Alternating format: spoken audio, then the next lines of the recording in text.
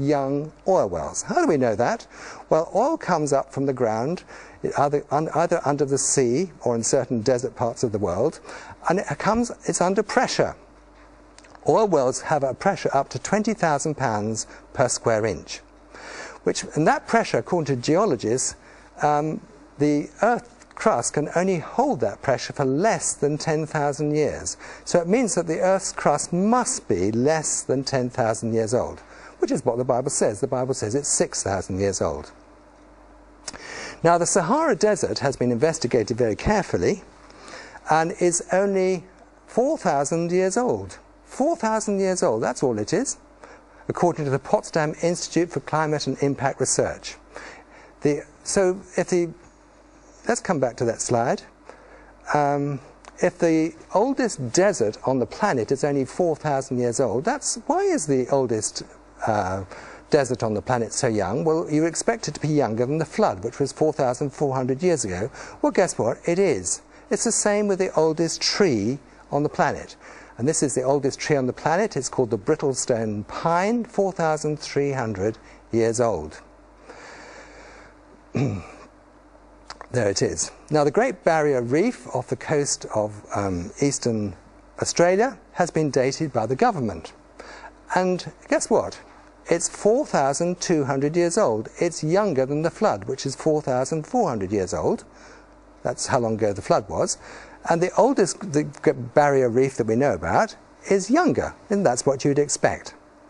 Now, here's something really, really important. The sun is shrinking. 11 million years ago, it would actually be touching the Earth. That may sound astounding to you, but actually that's what the facts actually show. The sun is approximately 93 million miles from the Earth right now. It varies, and the sun is shrinking. It's burning up, and it's losing 5 million tons of matter per second. Now, they've actually carefully plotted the horizontal and vertical axis of the sun ever since 1840. And this is what has been stated by John Eddy and Aram, can't say that long word, in the secular decrease in the solar diameter between 1863 and 1953. And this is what they have to say.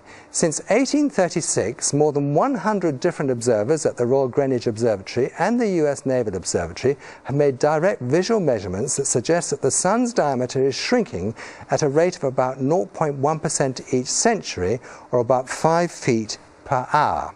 Now, using those calculations, we can actually work out ourselves that 11 million years ago the sun would have been touching the Earth. Just say that again.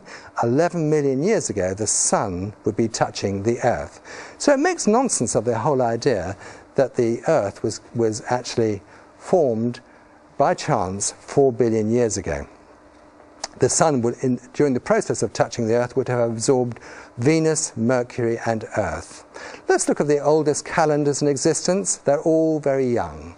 Here's the Hebrew calendar. This year, it's 5769. Why is that?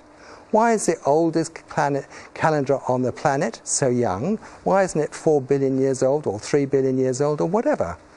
Why is it so young? Well, the answer is because the planet's only 6,000 years old. Here's the Chinese calendar. This year, 2009, is the year 4706 in the Chinese calendar. Why is the Chinese calendar so young? Well, I think it's because the Earth is only 6,000 years old, and you expect all calendars to be much younger than the date of the Earth. And they are. Now, let's look at the dust on the moon. The dust on the moon proves that the moon is less than 10,000 years old. This is actually very interesting. The moon rotates around the Earth, and the Earth rotates around the sun. So before 1969, there was a great deal of research to determine what the surface of the moon would be like when the lunar module landed. They had no idea what it was going to be like. So they asked all the prominent scientists of the time, what's it going to be like when we get to the moon? And they built their lunar module according to what they thought they would experience when they got there. And they asked two various prominent scientists of the time, and one was Lyttelton, and this is what he said.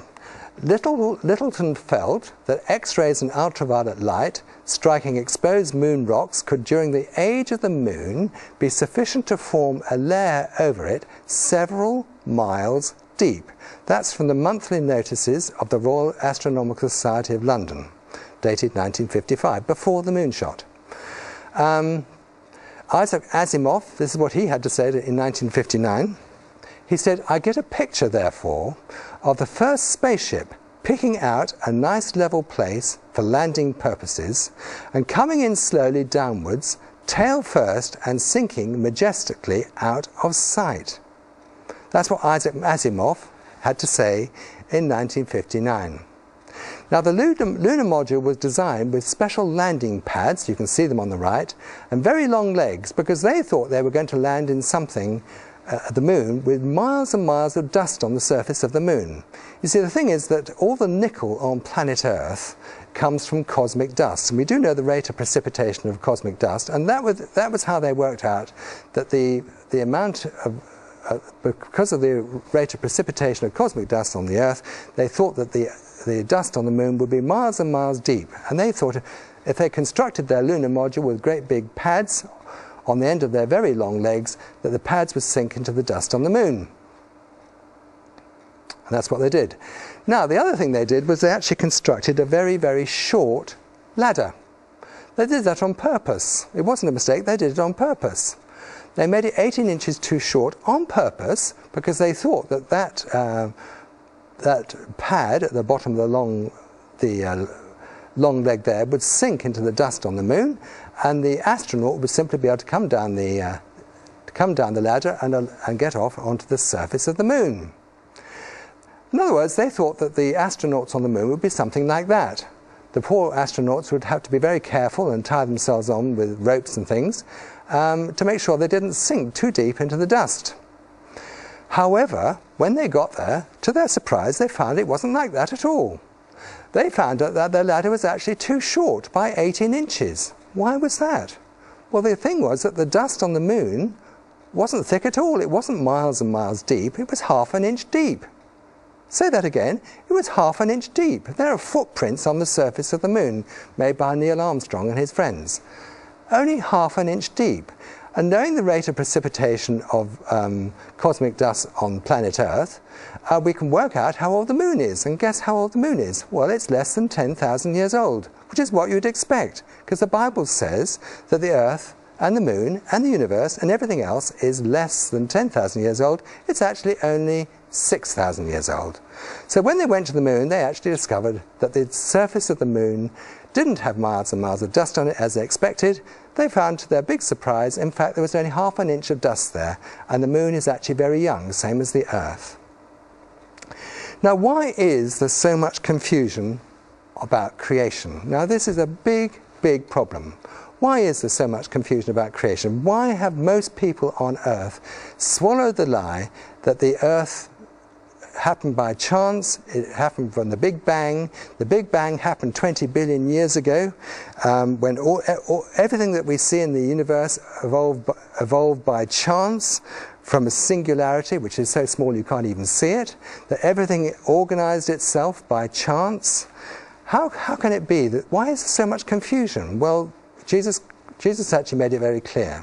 He said the devil is a murderer, a liar, and the father of all lies. Jesus said, you belong to your father, the devil, and you want to carry out your father's desire. He was a murderer from the beginning, not holding to the truth, for there is no truth in him. When he lies, he speaks his native language, for he is a liar and the father of all lies. Just read that last little bit, the father of all lies. So if the Bible is the truth, that in the beginning God created the heavens and the earth, there is a lie around that the earth evolved by itself, without needing God at all. And guess who's the father of all those lies? Well, Jesus said it's Satan. No, God actually created everything. God created the heavens, he created the solar system, he created all the planets, and some of them rotated one direction, and some rotated in other directions, and some of them had moons.